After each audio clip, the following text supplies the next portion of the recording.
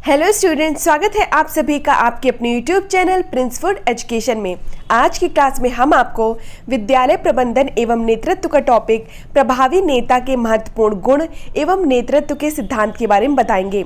सबसे पहले हम बात करते हैं प्रभावी नेता के महत्वपूर्ण गुण के बारे में। नेतृत्व करना आसान कार्य नहीं होता। एक नेता को नेतृत्व करने में बहुत सारी कठिनाइयों का सामना करना पड़ता है। नेता ना ही पैदा होते हैं और ना ही वंशानुगत होते हैं, बल्कि एक नेता बनने के लिए व्यक्ति में कुछ विशेष गुण होने चाहिए, जैसे शारीरिक गुण होना चाहिए, बौद्धिक गुण होना चाहिए, मनोवैज्ञानिक गुण होना चाहिए। परंतु इन सभी गुणों का एक व्यक्ति में होना संभव नहीं है, लेकिन जितने अधिक गुण एक व्यक्ति में होंगे वह उतना ही श्रेष्ठ माना जाता है। इसमें यह बताया गया है कि एक नेता बनने के लिए कुछ विशेष गुण होने चाहिए, जैसे शारीरिक गुण होना चाहिए, उसमें बौद्धिक गुण होना चाहिए, मनोवैज्ञानिक गुण होना चाहिए। परंतु जो सारे गुण होते हैं वो किसी एक व्यक्ति में होना संभव नहीं है, लेकिन जितने अधिक से अधिक गुण होंगे एक व्यक्ति में वह उतना ही श्रेष्ठ माना जाएगा। ठीक है। एक अच्छे एवं प्रभावशाली नेता में निम्नलिखित गुण होने चाहिए। पहला है शारीरिक गुण। एक प्रभावी नेता में कुछ शारीरिक गुणों का होना वांछनीय है। यह देखने में भद्दा ना लगे, शरीर की जो उसकी ऊंचाई है वो अच्छी हो, समूह के सदस्यों से बहुत अधिक कम या ज़्यादा ना हो, उसका वजन संतुलित हो, वह ना बहुत दुबला हो और ना ही बहुत मोटा हो, उसमें स्फूर्ति, उत्साह तथा जोश हो। जिस नेता में स्फूर्ति, उत्साह तथा जोश नहीं होता है वह समूह का सही प्रकार से नेतृत्व नहीं कर पाता है। इसका तात्पर्य सिर्फ इतना है कि जो नेता है उसमें स्फूर्ति होनी चाहिए, उत्साह होना चाहिए, जोश होगा, तभी वो समूह का जो समूह है उसका नेतृत्व अच्छी प्रकार से कर पाएगा। सेकंड है बुद्धि। नेता में उच्च बौद्धिक योग्यताएं होनी चाहिए। बुद्धि के आधार पर वह समूह की विभिन्न समस्याओं का समाधान कर सकता है। समूह के लिए उद्देश्य तथा नीतियों का निर्धारण कर सकता है। बेव तथा हीलिंग वर्थ आदि ने नेता के लिए उच्च बौद्धिक क्षमता का होना अनिवार्य बताया है कि अगर नेता है तो उसमें उच्च बौद्धिक क्षमता होनी चाहिए। थर्ड क्या है? उद्दीपकता। नेता में स्फूर्ति, प्रसन्नचित्ता, स्पष्टता, तत्परता तथा समय की पाबंदी जैसे गुणों का होना नितांत आवश्यक है। कि नेता में क्या क्या होना चाहिए? स्फूर्ति होनी चाहिए, प्रसन्नचित्ता होनी चाहिए, स्पष्टता होनी चाहिए, जो वो बोले वो स्पष्ट हो, तत्परता होनी चाहिए, किसी भी कार्य को करने की क्षमता होनी चाहिए, तथा समय की पाबंदी जैसे गुणों का भी होना नितांत अनिवार्य है। कोई भी समूह ऐसे व्यक्ति को नेता पद पर पसंद नहीं करता है जो आलसी हो, निस्तेज हो, जिसमें मतलब तेज ना हो, ढीला ढाला हो या लापरवाह, जो हमेशा दुखी रहता हो। जो व्यक्ति है वो नेता उसी व्यक्ति को चुनता है जिसमें स्फूर्ति हो, वो प्रसन्नचित्त वाला हो, स्पष्टता हो, उसके शब्दों में स्पष्टता हो, किसी कार्य को करने की तत्परता हो। ठीक है। समय का पाबंद हो कि जो समय उसको दिया गया है वो उस कार्य को उस समय के अंदर कर ले। समय की पाबंदी जैसे गुणों का होना नितांत अनिवार्य है। कोई भी समूह जो होता है वो ऐसे व्यक्ति को नेता पद पर पसंद नहीं करता है जो आलसी होता है, निस्तेज होता है, मतलब आलसी हुआ, जिसमें तेज नहीं है, जो ढीला ढाला रहता हो, लापरवाह हो और हमेशा दुखी रहने वाले व्यक्ति को कोई भी व्यक्ति नेता नहीं चुनता है। नेक्स्ट पॉइंट है दूरदर्शिता। नेता ऐसा ही हो जो दूर की सोचे, भविष्य की सोचे, वर्तमान का सामना करे तथा भूतकाल से सीखे। यदि नेता में दूरदर्शिता का अभाव है तो वह अपने अनुयायियों के भावी कल्याण की योजना नहीं बना सकता। उसमें उतनी योग्यता हो कि वह कारण प्रभावों से संबंध स्थापित कर सके। नेता ऐसा हो कि जो दूर की सोचे, भविष्य की सोचे, वर्तमान का सामना करे और भूतकाल से सीखे। भूतकाल में या फिर कोई गलतियां हो गई हो तो उनसे सीख कर वह भविष्य के बारे में सोचे। यदि नेता में दूरदर्शिता का अभाव होगा तो वह अपने अनुयायियों के भावी कल्याण की योजना नहीं बना सकता। नेक्स्ट पॉइंट है आत्मविश्वास। नेता में आत्मविश्वास होना चाहिए। जिस नेता में आत्मविश्वास होता है वह उचित निर्णय ले सकता है। आत्मविश्वास के अभाव में वह निर्णय लेने में संकोच करेगा। कि एक नेता जो है उसमें आत्मविश्वास का होना बहुत ज़रूरी है, क्योंकि अगर उसमें आत्मविश्वास की कमी हो जाएगी, अभाव हो जाएगा, तो वह जो निर्णय लेना है उसमें वह संकोच करेगा या वो निर्णय नहीं ले पाएगा। ठीक है, जो नेता अपने आप पर विश्वास नहीं करता वह दूसरों पर क्या विश्वास करेगा तथा दूसरे भी उस पर क्या विश्वास करेंगे। कि जो नेता खुद पर विश्वास नहीं कर सकता तो दूसरे उस पर कैसे विश्वास करेंगे। तो यही बताया गया है कि नेता में आत्मविश्वास होना चाहिए। जिस नेता में आत्मविश्वास होता है वह उचित निर्णय ले सकता है। आत्मविश्वास के अभाव में वह निर्णय लेने में संकोच करेगा। जो नेता अपने आप पर विश्वास नहीं करता है वह दूसरों पर क्या विश्वास करेगा और दूसरे उस पर क्या विश्वास करेंगे। नेक्स्ट पॉइंट है सामाजिकता। नेता में सामाजिकता का गुण भी होना चाहिए। यदि नेता में सामाजिकता नहीं है तो वह दूसरे सदस्यों से संबंध स्थापित नहीं कर सकता है। सामाजिकता के अभाव में वह ना तो सामाजिक संबंधों को समझ पाएगा और ना सामाजिक क्रिया प्रतिक्रिया को ही समझ पाएगा। सामाजिकता स्थायी नेतृत्व के लिए भी आवश्यक है। कहने का तात्पर्य यह है कि जो नेता में सामाजिकता का गुण होना चाहिए। सामाजिकता में क्या होता है, हम दूसरे सदस्यों से संबंध स्थापित कर पाते हैं। सामाजिकता का मतलब क्या होता है कि हम दूसरे सदस्यों से संबंध स्थापित कर पाते हैं, उनके बारे में जान पाते हैं, उनकी समस्याओं को सुन पाते हैं।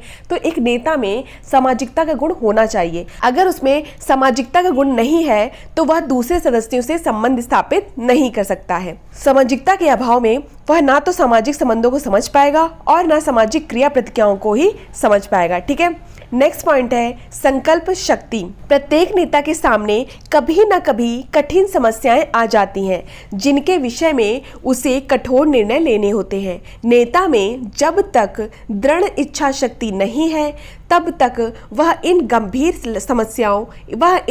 समस्याओं से लड़ नहीं सकता है। कठोर समय में भी साहस के बिना विचलित हुए जो नेता कार्य करता है वही अपने अनुयायियों का आदर्श बन जाता है। प्रत्येक नेता के सामने कभी ना कभी कठिन समस्या आ जाती है जिनके विषय में उसे कठोर निर्णय लेने होते हैं। नेता में जब तक दृढ़ इच्छा शक्ति नहीं है तब तक वह इन गंभीर समस्याओं से लड़ नहीं सकता। इसका मतलब ये है कि नेता में दृढ़ इच्छा शक्ति होनी चाहिए, तभी वह जो गंभीर से गंभीर समस्याएं होंगी उनसे लड़ पाएगा। कठोर समय में भी साहस के साथ बिना विचलित हुए जो नेता कार्य करता है वही अपने अनुयायियों का आदर्श बन पाता है। नेक्स्ट पॉइंट है लोचशीलता। नेता में लोचशीलता हो, वह ऐसा हो जो बदली हुई परिस्थितियों के साथ अपने को बदल ले। मतलब क्योंकि जो जीवन है वो परिवर्तनशील है तो उसमें ही अपने आप को ढाल ले। ठीक है, अपनी जो बदलती परिस्थितियां हैं उसमें ही अपने आप को ढाल ले। तो नेता में लोचशीलता हो, वह ऐसा हो कि जो बदली हुई परिस्थितियों के साथ अपने को ढाल ले। यदि नेता सामयिक परिवर्तन के साथ बदलता नहीं है, नए विचारों को अपनाता नहीं है, वह अपने समूह को उन्नति की ओर नहीं ले जा सकता। अपरिवर्तनशील नेता को वैसे भी पग पग मतलब क्या होता है, वैसे भी क्षण क्षण पर कठिनाइयां आती रहती हैं। नेता में लोचशीलता का होना अत्यंत आवश्यक है। उसमें प्रत्येक नई समस्या पर नए दृष्टिकोण से विचार करने की क्षमता हो। नेता में सक्रियता, ऊर्जा तथा उत्साह का होना आवश्यक है। जैसा नेता होगा वैसी प्रजा होगी। नेता को एक ऐसा व्यक्ति होना चाहिए जो समूह के लिए आदर्श का काम करे, अनुयायी जिसका अनुसरण करे। मतलब नेता एक ऐसा व्यक्ति होना चाहिए जिससे क्या हो, जो व्यक्ति हैं उससे प्रभावित हो सके, उसके जो विचार हैं, उसके जो कर्तव्य हैं उसका अनुसरण कर सके और वो भी उनसे कुछ सीख सके। तो उपयुक्त गुणों के अलावा नेता में उच्च कल्पना शक्ति होती चाहिए, उच्च कल्पना शक्ति होनी चाहिए, अच्छी स्मृति होनी चाहिए, मृदुभाषी होना चाहिए। मृदुभाषी मतलब क्या हुआ, जो मीठा बोलने वाला हो, जो अच्छे से बोलने वाला हो। ठीक है, व्यवहारिकता होनी चाहिए, जैसे अन्य गुणों का भी होना उपयोगी होता है। तो नेता के महत्वपूर्ण गुण के बारे में हमने क्या पढ़ा, शारीरिक गुण पढ़े, बुद्धि होनी चाहिए, उद्दीपकता बारे में पढ़ा, दूरदर्शिता के बारे में पढ़ा, आत्मविश्वास होना चाहिए, उसमें सामाजिकता का गुण होना चाहिए, एक नेता में संकल्प शक्ति होनी चाहिए, लोचशीलता भी होनी चाहिए। ठीक है, अब है नेतृत्व के सिद्धांत। नेतृत्व का विकास कैसे होता है, इस संबंध में अलग अलग विद्वानों ने अलग अलग सिद्धांत रखे हैं। वर्तमान में नेतृत्व के विकास से संबंधित ये सिद्धांत देखने को मिलते हैं। पहला है अयोग्यता में योग्यता का सिद्धांत। ये बहुत इंपॉर्टेंट है। ठीक है, अयोग्यता में योग्यता का सिद्धांत। इस सिद्धांत की व्याख्या हम मनोविज्ञान के क्षतिपूर्ति के सिद्धांत के आधार पर करते हैं कि मनुष्य जब किसी एक क्षेत्र में अयोग्यता रखता है तो वह अपनी इस अयोग्यता की क्षतिपूर्ति स्वरूप अन्य क्षेत्र में उत्कृष्ट कार्य करता है। कहने का मतलब ये है कि अगर वह किसी एक क्षेत्र में अयोग्य है तो वह अपनी क्षतिपूर्ति करने के लिए किसी दूसरे क्षेत्र में उत्कृष्ट प्रदर्शन करेगा, जिससे जो उसकी अयोग्यता है वो छिप जाएगी। ठीक है, मनुष्य जब किसी एक क्षेत्र में अयोग्यता रखता है तो वह अपनी इस अयोग्यता की क्षतिपूर्ति स्वरूप अन्य क्षेत्र में उत्कृष्ट कार्य करता है। इस सिद्धांत के अनुसार कुछ व्यक्तियों में कुछ कमियां होती हैं, फलतः वे अपनी कमियों की क्षतिपूर्ति हेतु अन्य क्षेत्रों में उत्तम कार्य कर नेता बन जाते हैं। उदाहरण के लिए अध्ययन में कमजोर छात्र अच्छा खिलाड़ी बनकर टीम का नेता बन जाता है।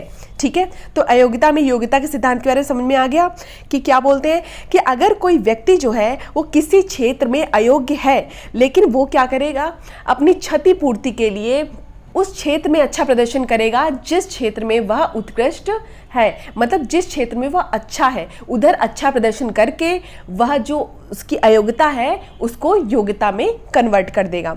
नेक्स्ट है संयोग का सिद्धांत। इस सिद्धांत के अनुसार कभी कभी कोई व्यक्ति संयोग से ही नेता बन जाता है। किसी व्यक्ति को नेता बनने का संयोग तभी मिलता है जब उसके लिए निम्नलिखित 3 परिस्थितियां एक साथ उत्पन्न होती हैं। पहला है व्यक्ति की श्रेष्ठ व्यक्तिगत योग्यता, दूसरा है किसी प्रकार के संकट या समस्या का पैदा होना, तीसरा है व्यक्ति को समस्या समाधान के लिए अपनी योग्यता प्रदर्शन के अवसर मिलना। संयोग के सिद्धांत में हमने क्या पढ़ा कि इस सिद्धांत के अनुसार कभी कभी कोई व्यक्ति संयोग से ही नेता बन जाता है। किसी व्यक्ति को नेता बनने का संयोग तभी मिलता है जब उसके लिए निम्नलिखित 3 परिस्थितियां एक साथ उत्पन्न होती हैं। पहला है व्यक्ति की श्रेष्ठ व्यक्तिगत योग्यता, दूसरा है किसी प्रकार के संकट या समस्या का पैदा होना और तीसरा है व्यक्ति को समस्या समाधान के लिए अपनी योग्यता प्रदर्शन के अवसर मिलना।